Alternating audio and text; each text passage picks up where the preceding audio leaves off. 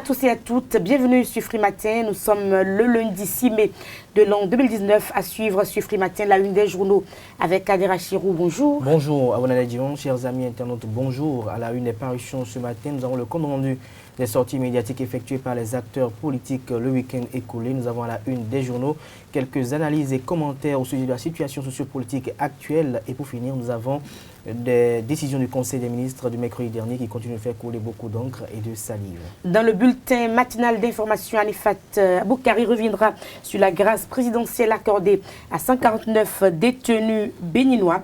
Dans la revue de presse avec Dorcas Gamangba, nous parlerons du drame survenu au parc national de Pendjari. Nous sommes évidemment au Bénin, dans le débat avec Carles Kitome et Kadera Chirou. Carles Kitome, bonjour. Bonjour, Nadège. Nous parlons donc de la jeunesse face aux tensions post-électorales conduites à tenir.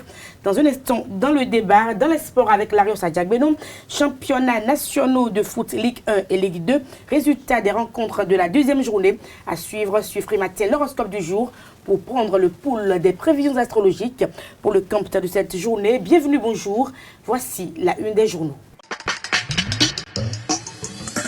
Bonjour à nouveau chers amis internautes, nous démarrons par le quotidien béninois d'information générale et d'analyse L'Informateur qui titre ce matin manchette violence politique post-électorale. Les rois du Nord lâchent l'ancien président Thomas Bouniaï et prônent la paix. À découvrir dans les colonnes de l'apparition du jour du Canard, précisément à la page 3, l'intégralité du communiqué rendu public à cet effet. Nous restons à la une de l'Informateur du jour, violence, vol et vandalisme. À Cotonou environ, plusieurs personnes placées sous mandat de dépôt. Renseigne la une du jour du Canard. Plus de détails dans les colonnes de sa parution du jour. En deuxième titre à la une de l'Informateur ce matin, crise politique au Bénin. Le clergé catholique propose sa médiation. À découvrir dans les colonnes de la parution du jour de l'Informateur. Le journal École des étudiants en journalisme à l'École supérieure d'administration d'économie de journalisme et des métiers de l'audiovisuel ESAE. Le révélateur du jour révèle en manchette ce matin que l'Assemblée nationale 8e législature, le Parlement est renouvelé à 53%, le rêve de 30% de femmes brisé. Nous passons au quotidien Point Média. Tuerie des 1er et 2 mai 2019, avalanche de désapprobation. L'Organisation des Nations Unies active pour situer les responsabilités. Akindes culpabilise le président Patrice Talon. Plus de précision aux pages 3 et 5 de la parution du jour de Point Média. La dépêche en manchette ce matin. Suite aux malheureux événements qui ont émaillé le scrutin du 28 avril 2019, le silence de Patrice Talon, note le confrère. Plus de précision à la page 3 de sa parution du jour. En deuxième titre à la une de la dépêche du jour, l'opposition apprécie les résultats de la Cour constitutionnelle, nul et de nul effet, titre Le Canard. Nous passons à présent à l'événement du jour en manchette ce matin. Acte de vandalisme au cours du scrutin du 28 avril 2019 et événement post-électoral. Les sages et notables de Parakou condamnent. Nous restons avec l'événement du jour église évangélique Oméga Temple Siloué de Fidjousset. L'apôtre Tofa Clément invoque la paix de Dieu sur notre pays, le Bénin. Le nouvel observateur observe qu'après les événements malheureux du 1er et 2 mai 2019 à Kadiaou, Sébastien Germain Javon pose l'acte d'un vrai homme d'État. Il est de cœur avec les familles des victimes et la nation toute entière. Nous restons à la une de Le Nouvel Observateur. Position du gouvernement sur la crise. Le ministre Agbenossi fait économie de vérité, note le confrère de Le Nouvel Observateur. Nord-Sud quotidien. Je ferai venir mes miens. Yahi concrétise enfin son vœu selon Le Canard. Nous restons à la une de Nord-Sud quotidien. BCEAO. 124 milliards de francs CFA de bénéfices en 2018. Le potentiel en manchette ce matin menace sur la paix après les élections législatives du 28 avril 2019. Accusé, Yahi Boni doit se départir de la violence, recommande le confrère. Le meilleur en manchette ce matin, assassinat du guide touristique du parc de la Pendjari. L'État béninois s'adresse ou adresse ses condoléances à la famille éplorée. Nous passons à présent à l'événement précis. Violence suite aux élections législatives. Les auteurs d'actes de vandalisme jetés en prison. Des clarifications du chef d'état-major général sur la militarisation des alentours du domicile de l'État de l'ancien président Thomas Bouniaï. Les sages de Parakou invitent Talon à protéger le peuple.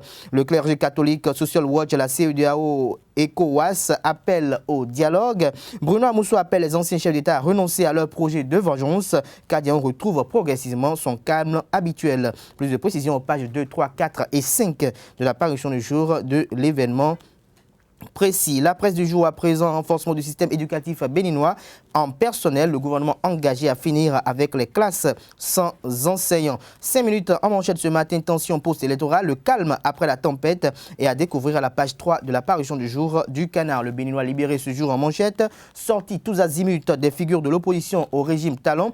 Badamassi remet Boniaï à Soglo et Soglo à leur place sur un tout petit tabouret. Plus de précision dans les colonnes de la parution du jour du Canard, précisément à la page 3 de sa parution du jour. Nous passons à présent à le matinal. Tension politique avec Badamassi remet Soglo à sa place. Plus de détails aux pages 6 et 7 de la parution du jour du défi d'une génération. Violence post-électorale.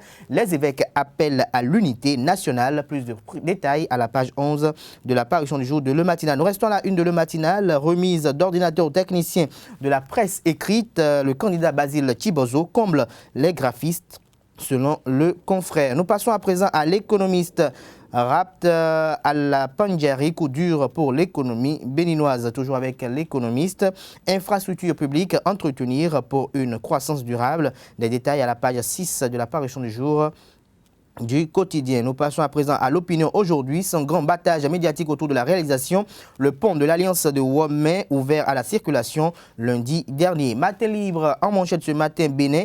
Yaïboni en résidence surveillée, s'interroge le Canard. Plus de détails sur ce titre à la page 2 de la parution du jour du Canard. Et crise post-électorale malgré les manifestations. Talon déroule son plan, constate le confrère de Matin libre ce matin. Tournée européenne de l'artiste Blue Diamond. Fanico enchante la diaspora, rapporte Matin libre ce jour à la une. Le challenge à présent, crise post-électorale au Bénin. Les notables et têtes couronnées de Parakou invitent les populations à se désolidariser de Thomas Boniaï. Supposé projet d'enlèvement de Boniaï, le chef d'état-major général des forces armées béninoises met fin à la désinformation dans les colonnes de la parution du jour de Le Challenge, précisément à la page 3. Nous passons à présent au quotidien Le Bénin Intelligent. Bénin Intelligent qui affiche ce jour en manchette l'image du ministre Ozan Omeki et titre élection législative, Ozan Omeki, le nouveau Golden Boy. Plus de détails sur ce titre à la page 3 de la parution du jour du Canard. Le progrès en manchette ce matin contre les violences post-électorales. Le gouvernement donne des instructions qui sont à découvrir à la page 3 de la parution du jour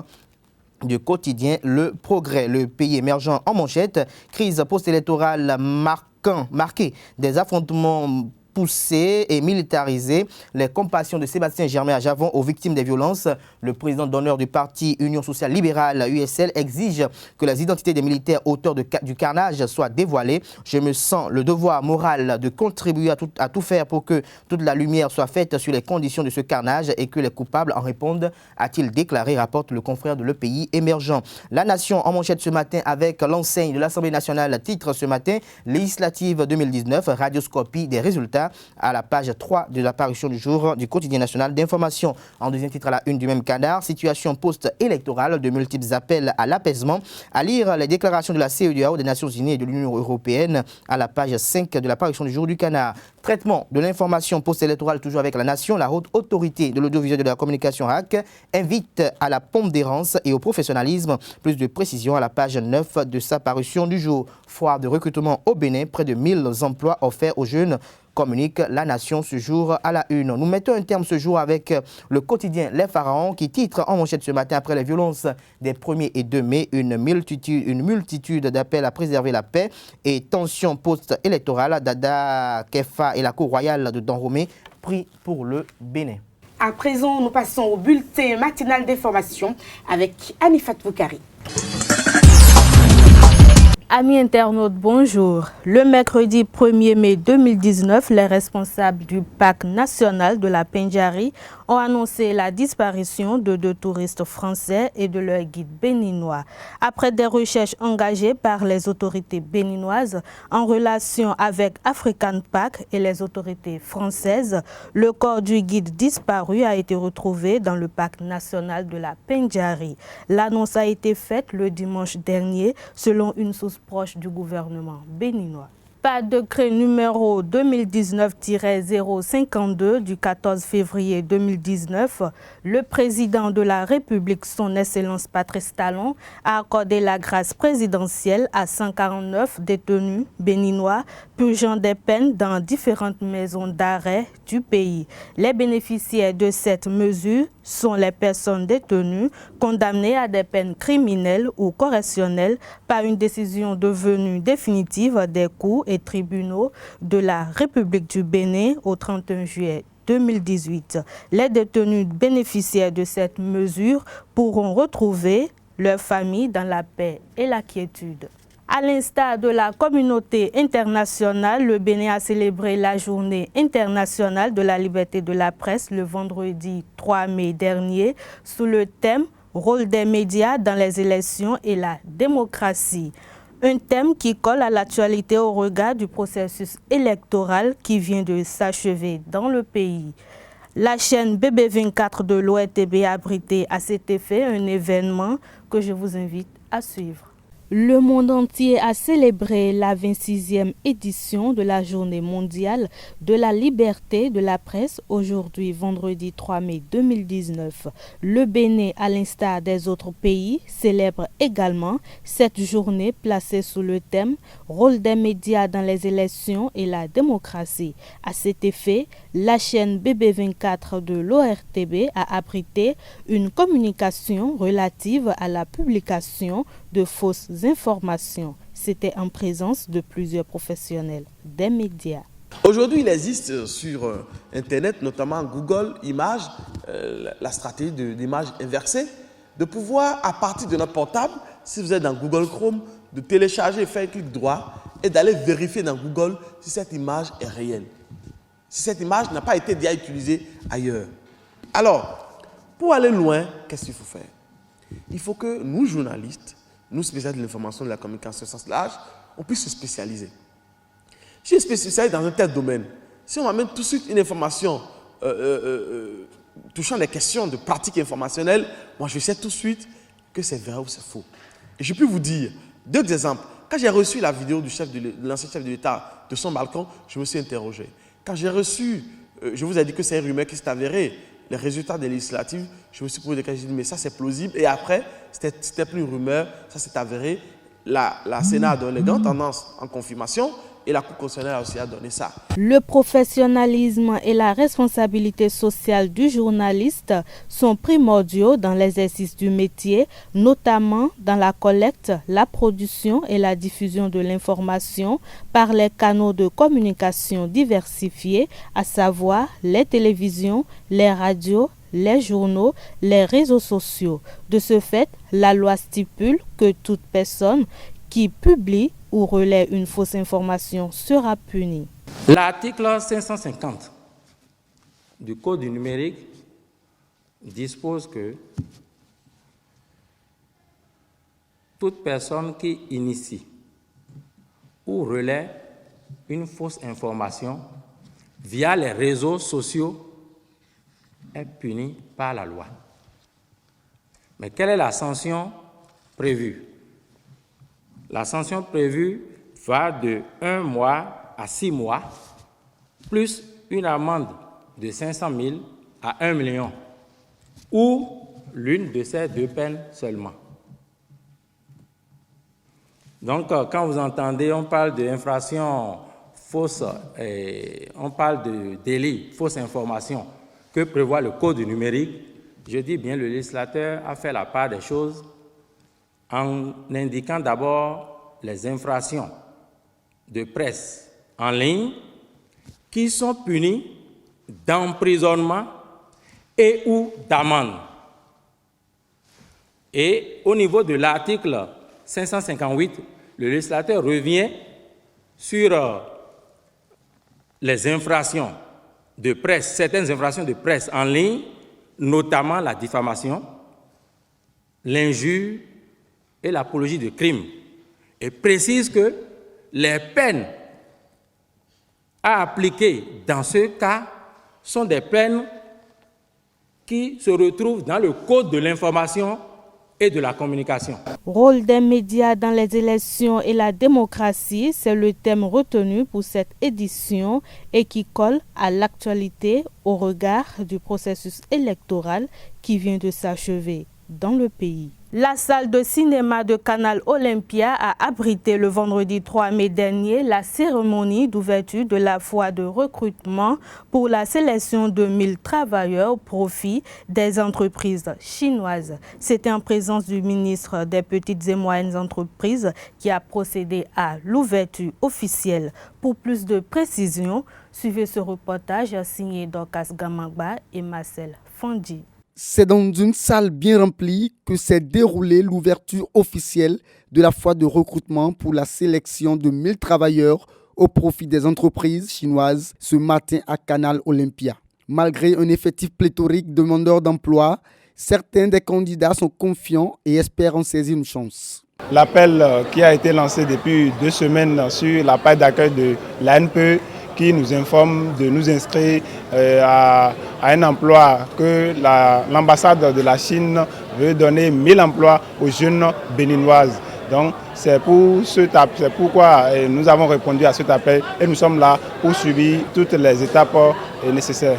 Je pense que j'ai une bonne capacité, j'ai beaucoup de compétences au poste que moi personnellement j'ai postulé, plus de 6 ans d'expérience dans le domaine que moi au poste que j'ai postulé. Je pense que la chance est à moi aujourd'hui d'être recruté à ce poste. Ils m'ont dit demain à 8 h de venir à la base avec mon attestation. Et ils m'ont demandé l'expérience de mon travail. Je les ai expliqué. Ça fait bientôt 27 ans que j'ai commencé le travail. J'ai eu mon libération le 22 novembre en 92. Et ils m'ont apprécié aussi que je suis un ancien de venir demain à 8 h. Démarrée depuis 7 h, cette cérémonie d'ouverture a connu la présence de certaines personnalités, en l'occurrence le ministre des Petites et Moyennes Entreprises, Modeste Kérékou, et le chargé de mission du chef de l'État en matière de promotion des investissements, Laurent Gambès. Ce dernier a rappelé l'ambition du gouvernement en place à pouvoir réduire le problème du chômage au Bénin. Je pense que c'est un événement majeur pour notre pays. Vous avez pu voir en fait le nombre de jeunes et de moins jeunes qui se pressent aujourd'hui à Canal Olympia dans l'espoir d'être recrutés, d'avoir un emploi. Et c'est pour nous très très important. C'est un événement majeur, c'est la première fois que ça se fait dans notre pays. Aujourd'hui, les entreprises qui sont ici vont recruter 1000 jeunes pour les entreprises chinoises qui sont implantées au Bénin. Ce sont des entreprises qui ont, dans le cadre du programme d'action du gouvernement, qui ont bien évidemment reçu des marchés, mais il y a d'autres entreprises qui sont venues investir directement dans notre pays et qui aujourd'hui cherchent en fait de la main-d'œuvre pour pouvoir produire et pour pouvoir exporter. Donc je pense que c'est un événement majeur, c'est la première fois que ça se fait et je vous garantis que ça va se poursuivre pour les entreprises chinoises et pour d'autres entreprises également qui se pressent aujourd'hui au Bénin parce que le climat des affaires est très favorable et donc pour nous c'est une fierté. Après la cérémonie d'ouverture, les candidats ont été soumis à tour de rôle à une phase d'entretien qui leur permettra d'être recrutés. Fin de ce bulletin matinal. Merci de m'avoir suivi. Rendez-vous 19 h pour la grande édition. Et bon début de carême à toute la communauté musulmane. Merci à vous, Anifat Poukari, pour la présentation du bulletin matinal d'information. On vous retrouve donc le soir à partir de 19 h pour la grande édition du journal. Bon Ramadan donc à tous les frères musulmans. Nous vous invitons à présent à suivre la revue de presse avec Dorcas Gamagba. Bonjour à tous, merci de prendre le rendez-vous de la revue de presse de ce lundi 6 mai 2019. Les têtes couronnées de la ville de Parakou sont montées au créneau ce dimanche 5 mai 2019 pour dénoncer les actes de violence survenus il y a quelques jours dans la cité des Koubourou et dans d'autres localités du pays en cette période des élections législatives. À travers leurs déclarations et selon le quotidien L'événement précis, les sages condamnent les incidents et entendent conjurer à jamais ces tristes moments pour la nation béninoise et la ville de Parakou en particulier. Par la voix de leur porte-parole, les sages et notables disent halte. C'est ce qu'écrit le quotidien Le Leader du jour. Ils invitent tous les citoyens, les formations politiques et les autres couches sociales de la nation à la préservation de la paix et à la protection du patrimoine commun. Dans leur message résumé par le journal, les sages ont émis le vœu que la jeunesse et les différentes couches sociales prennent en compte ce message de sensibilisation, fustigeant les actes de vandalisme et l'incident au domicile d'un député à Tchaourou, ils ont invité certains acteurs politiques, notamment un ancien président de la République dont ils ont voulu taire le nom, à la retenue. Le quotidien L'Actualité pense que cette action se veut d'assurer la défense de la souveraineté de l'État et apparaît comme un soutien des rois et des têtes couronnées au président de la République, Patrice Talon. Lorsqu'on reste impassif face aux agissements de la vermine, on condamne la bonne graine, ont-ils lancé à l'endroit du chef de l'État, qui, pour eux, doit se réveiller et protéger la population béninoise face à ce qu'ils appellent l'inconscience et l'insouciance de certains. Selon eux, aucun moyen ne sera trop lorsqu'il s'agira de défendre le peuple. Les sages invitent également la population béninoise à la protection de la vie humaine, des infrastructures et à la sauvegarde de la cohésion et de la paix sociale. Nous sortons de la politique. Un drame s'est produit dans le parc national de Pendjari. Un guide touristique béninois et 2 touristes français avaient disparu. Dans un communiqué publié hier, le ministre de l'Intérieur et de la Sécurité publique a révélé que les résultats des examens effectués sur le corps sans vie retrouvé le samedi 4 mai 2019 dans le parc national de Pendjari permettent d'affirmer que ce corps est celui du guide béninois des 2 touristes français dont la recherche se poursuit de manière déterminée. Le ministre Sakalafia assure que tous les moyens sont mobilisés avec plusieurs partenaires internationaux pour retrouver les 2 otages. Le quotidien Le Meilleur précise que l'État béninois a présenté ses condoléances à la famille éplorée. Je présente au nom du gouvernement mes condoléances à ses proches, aux populations de Tanguieta ainsi qu'aux guides du parc et compatit à leur douleur, confie le ministre à travers son communiqué. Nous mettons un thème à cette revue de presse en rappelant que le Ramadan 2019 a démarré. Il s'agit selon Bénin Intelligent d'un parcours de jeûne et d'espérance pour les musulmans. Dans son dossier Ramadan 2019, le journal L'Actualité a donné des détails sur les prescriptions de ce mois sacré. Il informe en effet que la date du début du jeûne a été choisie lors de la traditionnelle nuit du doute à la Grande Mosquée de Paris, une date qui correspond également à celle choisie en Arabie Saoudite et au Qatar. Le jeûne prendra fin en début du mois de juin. Voilà, c'est tout pour la revue de presse. Merci de l'avoir suivi. Le débat suffit matin, nous parlons donc des tensions post-électorales. Quelle devrait être la conduite de la jeunesse face à tout ceci? Carles Kitomé. Oui, c'est vrai que quand on parle de tensions sociales, il y a des gens qu'on met dans la rue, il y a des gens qui revendiquent ce qu'ils ne comprennent pas, il y a des gens qui cassent ce que leurs parents n'ont jamais eu les moyens de bâtir. Il y a des gens qui, dans leur vie, n'ont encore rien réalisé, mais qui pensent qu'ils peuvent brûler les bitumes. Ça, c'est quand même des actes assez condamnables, mais la vraie responsabilité n'incombe pas à ces jeunes. Parce que les politiques ont cette manie de pouvoir dénicher, de rechercher, de retrouver ces jeunes désœuvrés qui sont livrés à eux-mêmes et qui sont prêts à beaucoup de choses pour 1000 francs ou 2000 francs. Donc déjà, pendant les phases de campagne électorale, tout ça, ils dénichent les jeunes qui sont toujours à la quête du petit sou. Et ils ont un répertoire bien en place. Ils ont un répertoire des gens qui sont sans domicile fixe. Ils ont un répertoire des gens qui usent des stupéfiants, qui gardent bien secret. Et donc, quand il s'agit de faire un peu de désordre, ils font appel à ceux-là, soit on leur propose 5 000 francs par jour, parce qu'habituellement c'est 500 francs ou 1000 francs. On leur propose peut-être 10 000 francs, ils sont tout contents, ils se mettent dans la rue, au prix de leur vie, ils cassent beaucoup de choses.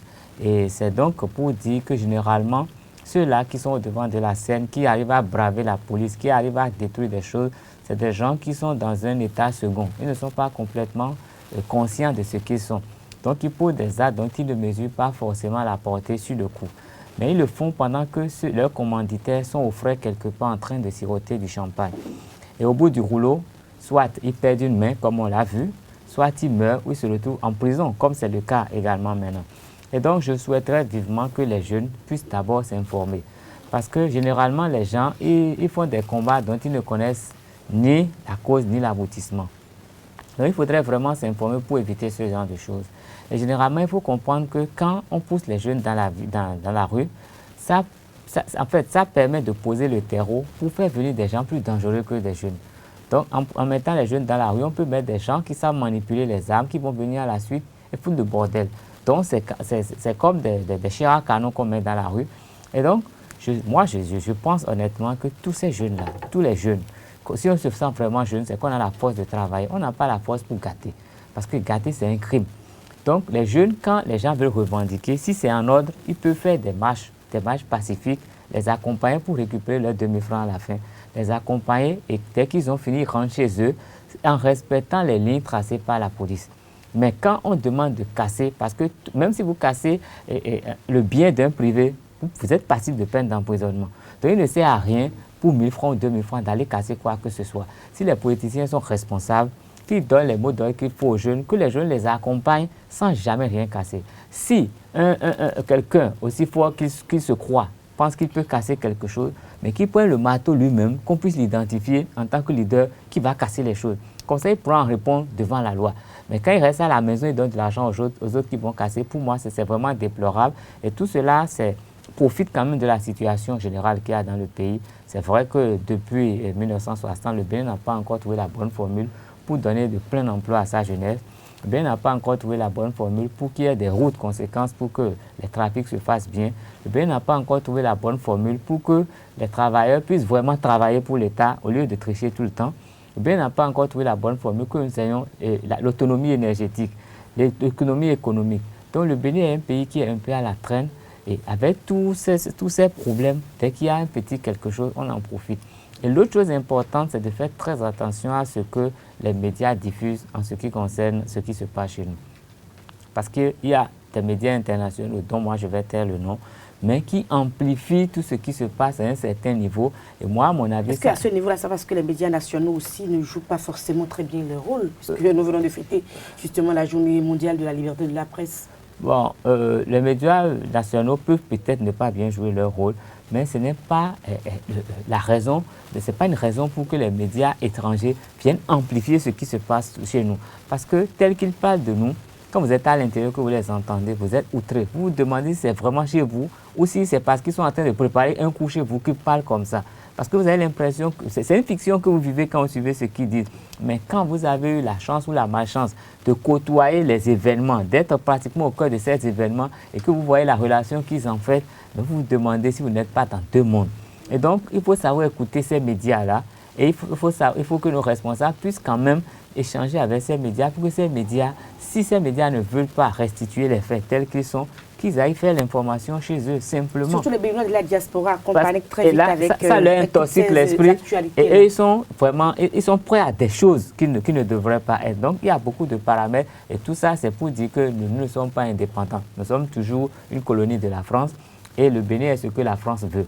Donc, il faudrait que les Béninois prennent conscience que nous avons besoin d'être indépendants, que les intellectuels travaillent en ce sens, que les dirigeants puissent mettre fin à certains accords et avoir des accords. Ce n'est pas en se battant, évidemment. Non, ce n'est pas en se battant dans la rue. C'est un s'entendant. On se bat sur le plan intellectuel en faisant de bonnes propositions. Et en se comprenant déjà dans votre Aujourd'hui, le Bénin a réclamé le retour des œuvres d'art. Je ne suis pas sûr que cette France soit contente. Mais si nous ne sommes pas solidaires, si nous faisons la pagaille que nous faisons, bon, j'allais nous retourner ça parce qu'ils vont brandir l'argument qu'il n'y a pas la sécurité au Bénin. Donc nous avons besoin d'être responsables, de pouvoir les accords qu'il faut mettre fin à certains accords et signer des accords plus intéressants, plus équilibrés pour nous et permettre à d'autres nations aussi d'intervenir chez nous. Encore que le Bénin n'est pas un pays isolé, nous appartenons quand même. Non, mais c'est de revoir les accords internationaux. On ne se soustrait pas à la communauté internationale, mais il faut d'abord être sérieux, conscient, unis et proposer des accords qui vont nous permettre d'espérer le développement de notre nation. Kader Achirou, le rôle, quelle devrait être la conduite de la jeunesse face à ces tensions post-électorales? Le rôle de la jeunesse dans cette tension électorale, d'abord avant de venir sur la question que vous posez, j'ai bien envie de dire un mot sur, je dirais, la posture qu'a eu à adopter les médias internationaux dans cette crise que nous avons traversée avec beaucoup de douleur. Je crois qu'il y a eu une position subjective dans les différents traitements des informations, parce qu'il y a une de ces chaînes internationales qu'on a vu avec combien de difficultés ils ont eu à relayer les mouvements d'humeur des Gilets jaunes qui se situaient à quelques enclavures de leur siège. Et on a vu comment il y a eu une célérité exponentielle dans le traitement des informations au Bénin avec des commentaires qui, je dirais, n'étaient pas des commentaires qui s'inscrivent dans la dynamique de pacifier les choses, mais peut-être d'envenimer le débat.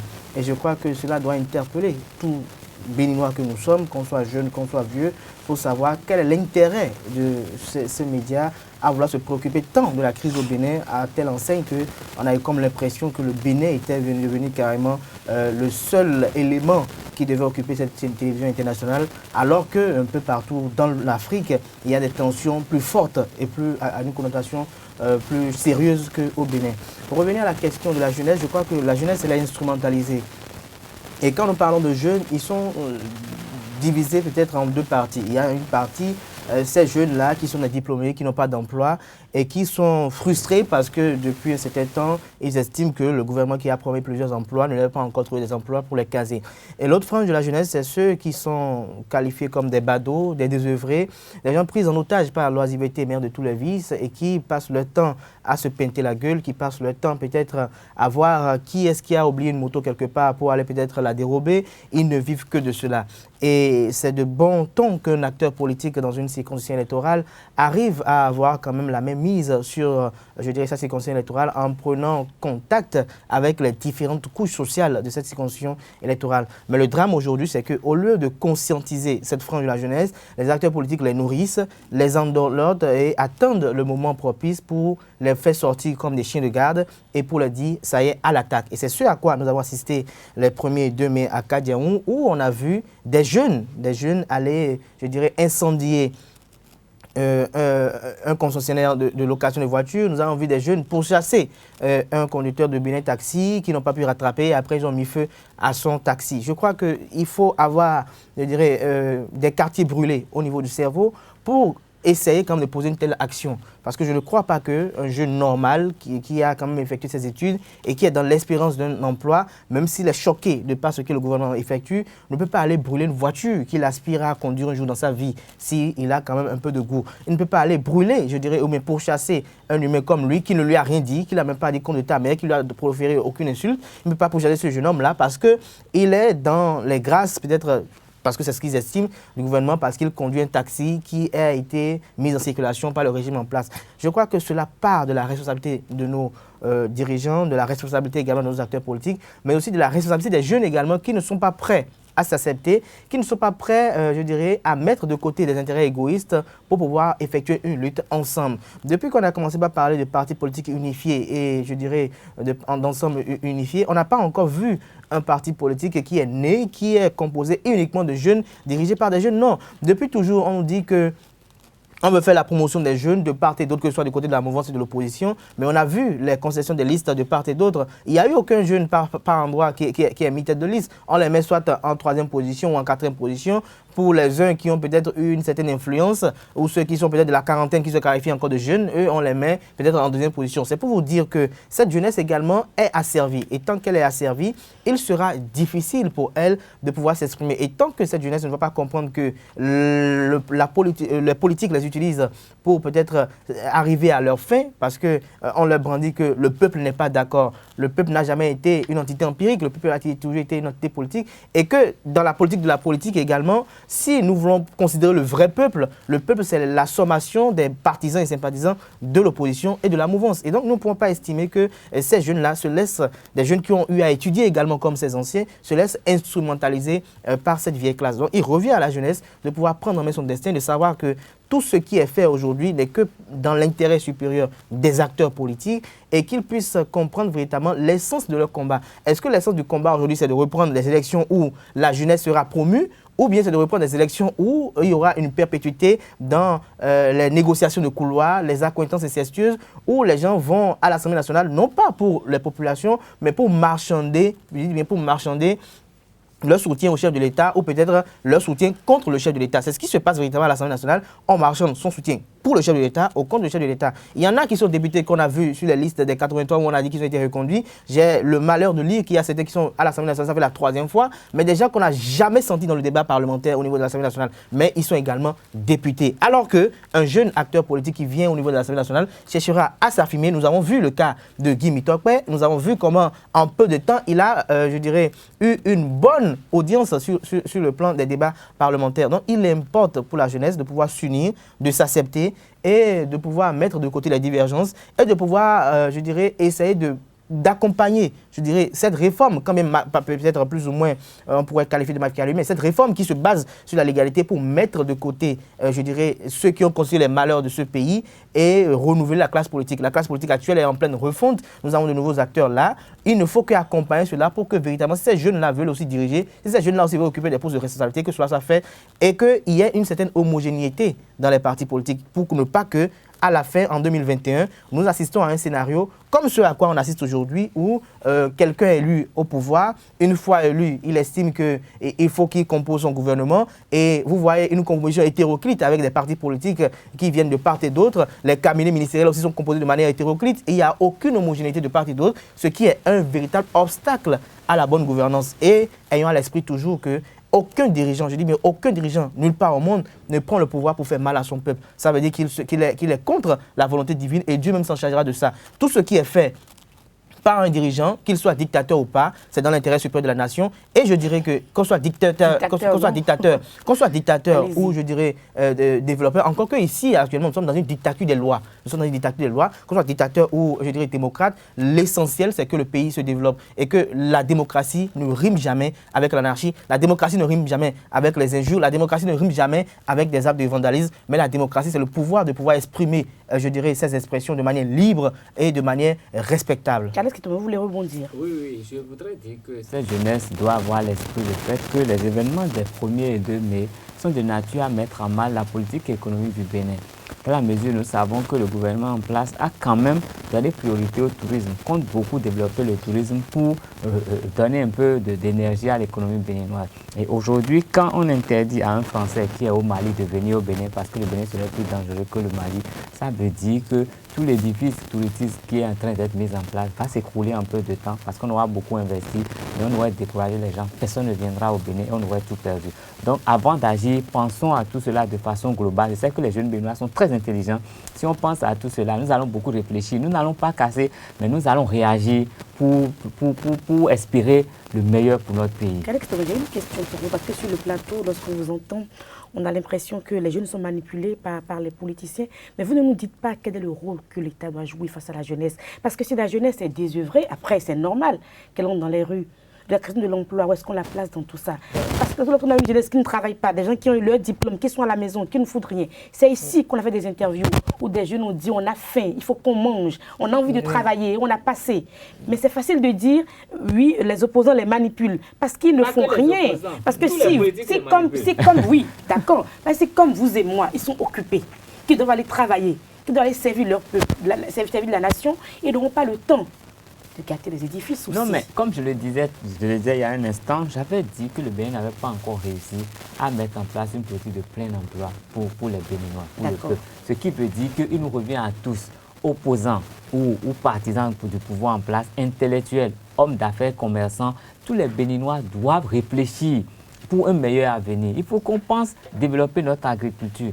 Est-ce que le fait d'avoir fait partie de l'ONASA, c'était la bonne chose? Il faut qu'on remette en question. On a posé des actes, mais je crois que le doute cartésien permet de mener des réflexions qui nous permettent d'avancer. Est-ce que l'ONASA devait disparaître? S'il faut qu'il revienne, il faut voir comment la SONAPRA, tous ces structures qui ont disparu, qu'est-ce qu'il en est? Aujourd'hui, est-ce que la situation est meilleure? Si ce n'est pas meilleur, prenons des mesures. On a fait la politique de la mécanisation de l'agriculture. Les gens ont bouffé tous les sous, ils sont partis. Ils sont encore députés aujourd'hui. Mais il faut qu'on revoie. Est-ce que la formule était bonne? Il y a une autre formule pour que les gens puissent avoir les engins un peu moins chers. Est-ce que c'est la meilleure? Il y a une usine de montage des machines agricoles là à Ouida qui ne tourne pas. Donc, il ne sert à rien, c'est parce que c'est l'ancien régime. Si c'est positif, maintenons ce qui est positif et travaillons à ce que les gens puissent s'occuper. D'abord, il faut qu'on revoie. Bon, je salue un peu les réformes au niveau de l'enseignement. Il faut que la formation soit bien faite pour que les jeunes soient qualifiés. Parce qu'il ne sert à rien d'être diplômé, de ne pas être en mesure de faire quoi que ce soit. Donc, il faut qu'on revoie notre enseignement pour que on forme les qualifications dont on a besoin. On forme les gens qui ont les profils pour notre développement. Mais quand on n'avait pas pris le temps de penser notre développement à la base, quand on n'avait pas pris le temps de faire des choix de développement, des choix stratégiques, on va former des gens pourquoi? Pour rien. C'est parce que la base n'existe pas. Il faut que chaque parti politique aujourd'hui, ils seront prêts à l'Assemblée. D'autres sont là, ils crient tout le temps qu'ils n'ont pas été à l'Assemblée. Mais jusque-là, aucun de ces partis ne nous a jamais proposé la bonne formule. Le Bénin doit baser son développement sur quoi? Maintenant, si on sait sur quoi le Bénin base son développement, c'est que l'éducation, la santé, tout le reste doit être fait en harmonie avec cela pour que ça puisse nous apporter quelque chose. Mais quand c'est fait, c'est la pagaille qui se fait. On ne propose rien. Je souhaiterais qu'on propose des choses. Et à partir de ça, là, on aura un ensemble, un corpus. Et c'est les corpus qui vont différencier les différentes parties. On saura que telle partie, c'est que c'est l'agriculture. Et pour y arriver, on va former les gens de telle façon. Voilà. Les salaires seront faits comme si la mécanisation de l'agriculture sera faite de telle façon. L'autre propose plutôt que c'est l'industrialisation. Donc, c'est là qu'on va faire la différence pour savoir qu'il y a des partis politiques. Sinon, pour le moment, il n'y a pas de partis politiques. Et au Bloc républicain, ou quoi, pour moi, ce n'est pas des partis politiques, c'est des gens qui sont venus pour manger. Ils vont accompagner un peu le chef de l'État. Non, même peut-être que lui va les nourrir un peu moins que les anciens. Ça, c'est clair, c'est une évidence. Mais ils sont là que pour manger. Les lois qu'ils vont voter. Aucun d'eux n'a déjà des lois préfabriquées. Aucun d'eux n'a aujourd'hui des projets de loi parce qu'il vient d'un parti. Ils veulent s'installer en paix. Et puis après, vous allez voir, ils ont beaucoup de lois. Si les gens viennent d'un parti où ils avaient déjà prévu une façon, ils voyaient déjà le Bénin d'une certaine façon, c'est-à-dire qu'ils auraient déjà une batterie de lois concernant chaque secteur qui vont faire de changer les choses. Mais on sait comment ça vient. C'est pas heureux. Mais ça va changer. On espère que ça va changer, mais c'est pas avec eux. Je suis désolé, c'est pas avec eux. Il faut tout tracer sur la jeunesse qu'il faut miser aujourd'hui et que cette jeunesse-là laisse la rue, se prépare, se forme pour pouvoir vraiment faire les bonnes propositions. Parce que la rue, c'est la prison, c'est la mort. La jeunesse, pour parler de la question du chômage, est utilisée par les politiques pour quand même essayer de pouvoir prouver une bonne foi, pour se dire, voilà, nous voulons changer de paradigme, nous voulons, je dirais, assumer une relève, mais ils ne bougent jamais. C'est pour cela qu'on constate qu'il y a des gens, des acteurs qui, depuis 1990, sont aux affaires, sont toujours là, ils veulent toujours rester aux affaires et demeurer aux affaires, en instrumentalisant cette jeunesse pour aller, je dirais, incendier ou effectuer des actes de vandalisme de part et d'autre. Et devant cela, on leur dit que le gouvernement ne vous trouve pas de l'emploi, le gouvernement ne résout pas la question du chômage. Je crois que ce sera résolu de manière progressive. Vous n'êtes pas sans savoir que dans le pays, depuis quelques jours, il y a des actions qui sont menées de part et d'autre pour essayer quand même de résoudre en même temps un peu la question du chômage. Le gouvernement négocie avec, je ne sais pas parler du gouvernement, mais j'ai constaté, nous sommes journalistes, nous avons eu à dire, il y a eu des reportages qui ont été effectués à cet effet sur la télévision où le gouvernement est en parfaite négociation avec les différents partenaires pour que, je dirais, des emplois soient trouvés de part et d'autre. Actuellement, non loin de chez nous ici, au niveau de Canal Olympia, il y a une foire de 1000 jeunes béninois qui est en train d'être effectuée, recrutement de 1000 jeunes béninois au profit des entreprises chinoises. Cela aussi contribue quand même à la résolution de la question du chômage. Nous avons des chantiers. Nous avons des chantiers. Nous avons des chantiers. Nous avons des chantiers. Non, déjà la formation. Le gouvernement a son plan et la seule chose que l'opposition devait faire, c'est de dire, nous pensons qu'en ce qui concerne la question du chômage, on ne devrait pas procéder de manière, je dirais, pédagogique, mais que cette façon serait la meilleure. Il ne s'agit pas seulement de venir devant les micros et caméras. Sont quand même occupés et qu'ils sont dans les rues. Je crois qu'il y a des chantiers qui sont lancés. Il y a des chantiers qui sont lancés de part et d'autre par des structures béninoises qui opèrent au Bénin. Et pour effectuer ces chantiers, ça nécessite forcément de l'expertise béninoise. Il y a forcément des citoyens qui vont être ouvriers sur ces chantiers. Et l'autre chose également qui vont être, n'est-ce pas? Mais c'est pas que la jeunesse est occupée maintenant. Il y en a qui sont. Il y en a qui sont. Ce n'est pas que la jeunesse est vraiment occupée dans les rues. Je viens également. Il y a également un autre problème. Le problème, c'est que le gouvernement actuel a constaté que la qualité de l'enseignement n'est pas, je dirais, agréable à telle enseigne que nous avons des cadres qui sont formés, qui ont la licence, le master, et qui sont de véritables calamités intellectuelles. Ça, osons l'avouer. Et que ce n'est pas forcément la faute aux enseignants, c'est trop facile. C'est la faute à l'État. C'est la faute à l'État. C'est la faute à l'État. C'est la faute à l'État. C'est la faute à l'État qui a promu. C'est pas l'école que ma mère a fréquentée. Voilà, c'est la faute à l'État. Et au fil des années, c'est ça. C'est la faute à l'État. C'est la faute à l'État. C'est la faute à l'État qui a promu ce système. Et donc depuis un certain moment, même dans le rang des journalistes, on peut bien se regarder droit dans les yeux et parler des journalistes qui parlent mal français à l'écran, qui écrivent mal français dans les journaux. Et c'est pour cela que le régime actuel a décidé que désormais, les enseignants passent des tests et des concours. C'est pour cela que désormais, on a estimé qu'au niveau de la licence et du master, qu'il y a désormais des examens nationaux pour empêcher la mangeoire qui était assez mielleuse et assez délicieuse même pour les promoteurs des écoles. Même avec ça, et que le système ne fonctionne pas bien, on peut contourner tout ça. L'autre chose pour laquelle nous devons militer, parce que quand nous aimons tant copier les modèles occidentaux, nous oublions qu'il y a au Bénin parfois des personnes qui peut-être n'ont pas un diplôme pour aller peut-être servir une caisse à la banque pour dire je remplis, voilà, nom, prénom, vous voulez prendre combien pour le faire. Mais il y a des gens gens qui, n'ayant pas ce diplôme de banque peut-être et finance, ont peut-être les capacités, les aptitudes pour faire effectuer ce travail. Mais nous ne jugeons pas les gens sur ce qu'ils savent faire, mais peut-être sur ce qu'ils ont comme diplôme. Et donc, à la finalité, à la finalité, nous avons parfois des gens que vous recrutez qui sont là, mais qui se perdent. Et cela enrhume le système. Et je pense qu'il faut aller à une refonte. Et pour une refonte, ce n'est pas en 1 an, ce n'est pas en 2 ans, ce n'est pas en 3 ans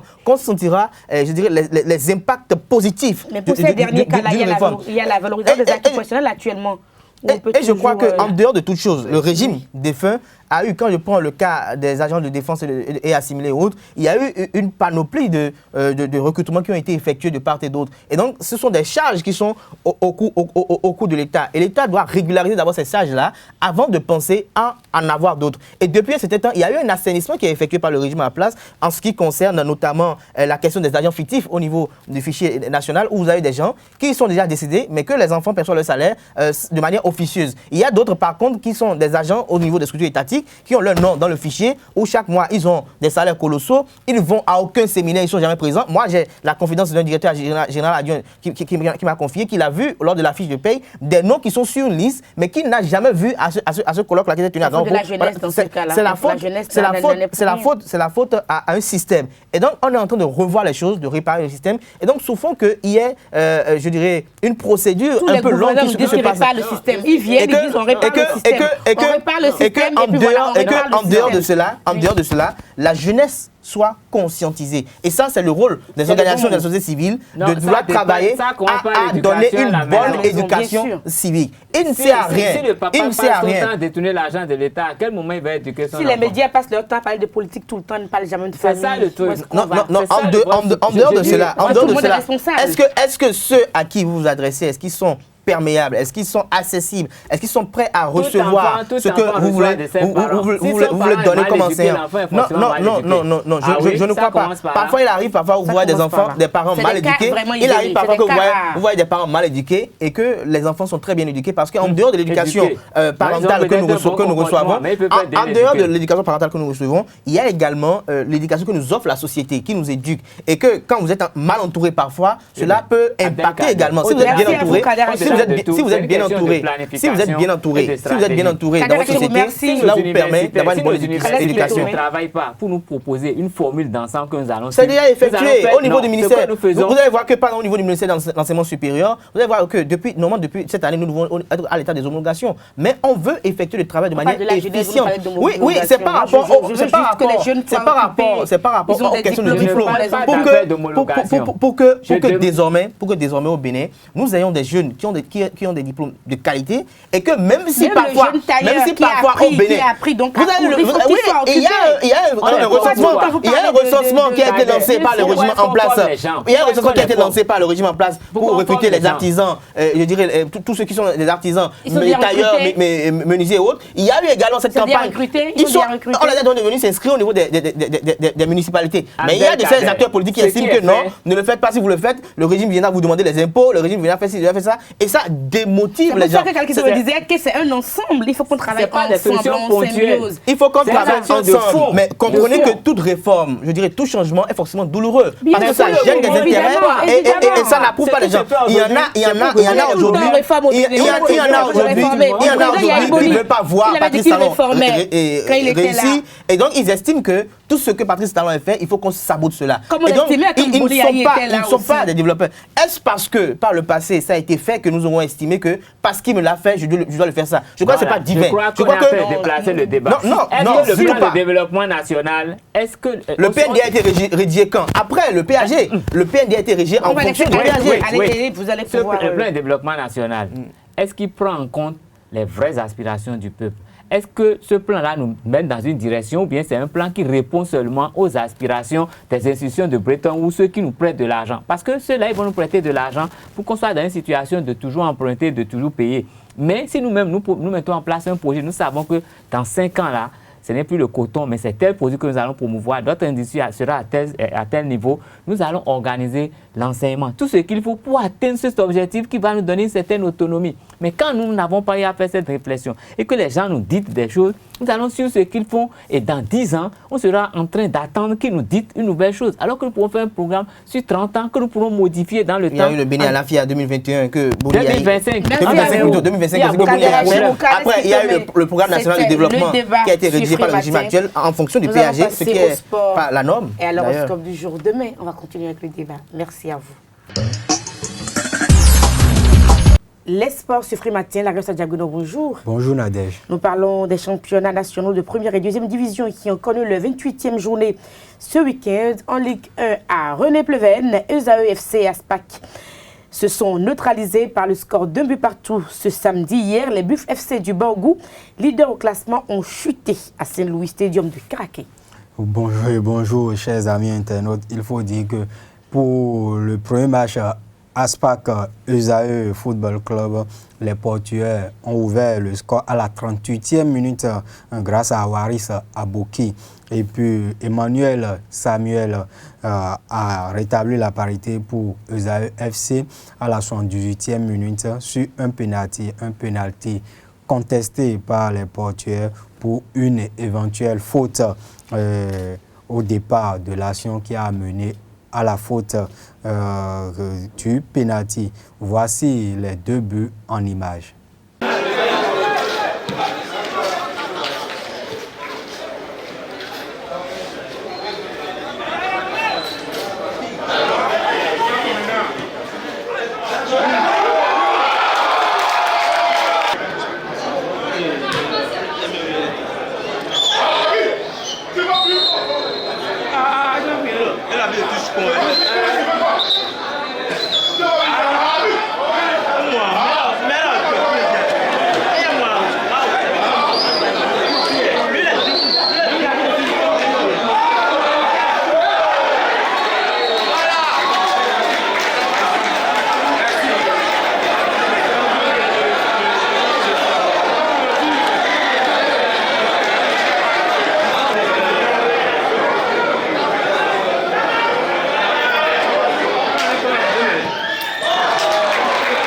Suivons à présent la réaction des deux entraîneurs à la fin de la rencontre. Écoutez, nous sommes là, nous sommes un joueur à l'extérieur. On est cherché à l'extérieur. Je pense que bon, on était dans le clou. L'arbitre a mis un pénalty. Bon voilà, moi je ne juge pas, mais bon, on est à l'extérieur. Je pense qu'on aurait pu faire mieux, mais on joue un match à l'extérieur. N'oubliez pas que c'est un match à l'extérieur en tout cas. Oui, il faut reconnaître qu'aujourd'hui, ça n'a pas été facile. Surtout que nous jouons face à une équipe qui, entre-temps, avait perdu le match passé. Donc, ils étaient venus tout gonfler.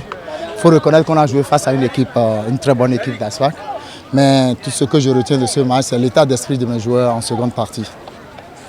Parce qu'ils étaient venus dans l'intention de revenir au score. C'est ce qui a été fait.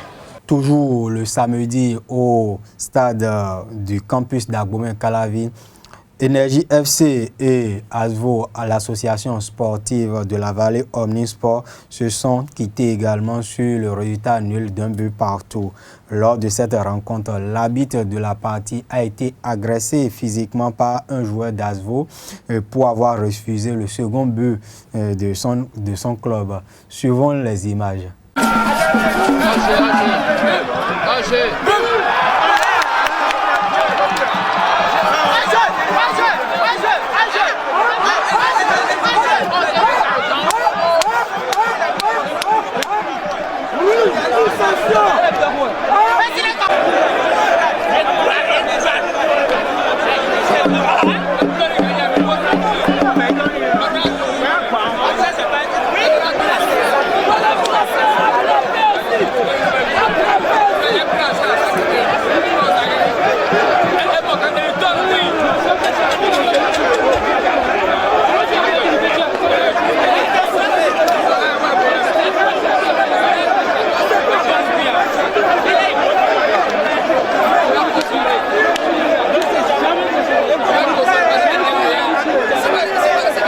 De contestation à l'agression d'un arbitre, il faut que la Ligue de football du Bénin penche sur cette situation. Les critiques récurrentes sur les décisions des arbitres des matchs de la Ligue 1, de la Ligue 2 et de la Ligue 3. Mais nous allons revenir demain sur cette situation malheureuse qu'a vécu l'arbitre du match Énergie Asvo.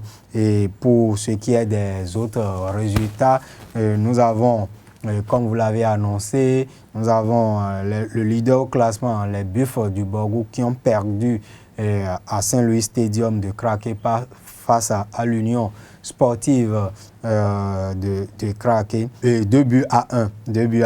Et il faut également ajouter que Panthère a été battu également lors de cette 28e journée par l'UPI ONM, 3 buts à 1 à Jean-Pierre Gascon de Koubert. C'est 0 but partout entre AO et JSP, la jeunesse sportive de Koubert. Et pour finir avec les résultats de la Ligue 1, les Dragons de l'OME ont battu l'association sportive Oussoussaka de Porte-Novo 2 buts à 1. L'Arios Adjabeno à présent la Vitalor Ligue 2. Quelques résultats de cette 28e journée. Le Requin FC a échappé belle, on peut le dire, parce que mené 1 but à 0, les Awisiwasa ont su trouver les ressources nécessaires pour revenir au score 1 but partout au final. Et le leader Real Sport de Parakou a battu l'UNB 2 buts à 0. La jeunesse sportive d'Agonli a essuyé une défaite à domicile face à l'AS Tado, 1 but contre 2. Dynamo de Parakou a remporté le derby de Parakou 2 buts à 0 et Espoir de Savalou a battu à Kanké sur 2 buts à 0 également. Merci à vous, Larios Adjabeno, pour toutes ces informations sportives. Nous passons à l'horoscope du jour sur Free Matin. Amis Bélier, Vénus pourra vous jouer des tours en couple, chers amis. Vous aurez besoin de vérifier l'efficacité de votre pouvoir de séduction, mais votre conjoint pourrait ne pas s'en rendre forcément compte. Et si vous êtes Taureau, beau temps sur votre signe. Célibataire, un dénouement heureux surviendra dans votre vie amoureuse. Gémeaux, Jupiter va vous aider à vous laisser aller. En couple, vous allez vivre vos désirs sans chercher à tout comprendre, encore moins à tout contrôler. Cancer, les astres vous réservent aujourd'hui une harmonie complète, aussi bien sur le plan professionnel que sur le plan sentimental. Si vous êtes Lion, avis de tempête sur votre ciel astral en couple, la journée pourra être difficile à supporter. Vierge, vous serez dans une bulle d'amour. Jupiter vous donnera plutôt un bel équilibre sentimental. Balance, Jupiter vous permettra d'entretenir un climat chaleureux aujourd'hui, mais faites attention aux éléments extérieurs qui pourraient déstabiliser votre vie de couple. Scorpion, l'amour plane sur votre ciel astral célibataire. Vénus vous rendra très attirant et du même coup facilitera vos conquêtes. Profitez-en. Et si vous êtes Sagittaire, Vénus va faire briller un grand soleil sur vos amours, surtout parce qu'elle bénéficiera de l'appui de Jupiter, l'astre de la chance. Capricorne, vous aurez la bénédiction de Vénus, la planète de l'amour, et si vous êtes en couple, vous vivez des heures exquises en compagnie de votre bien-aimé. Verseau, Uranus éprouvera votre patience aujourd'hui. En couple, vous devrez chercher à établir votre situation conjugale sur des bases beaucoup plus constructives.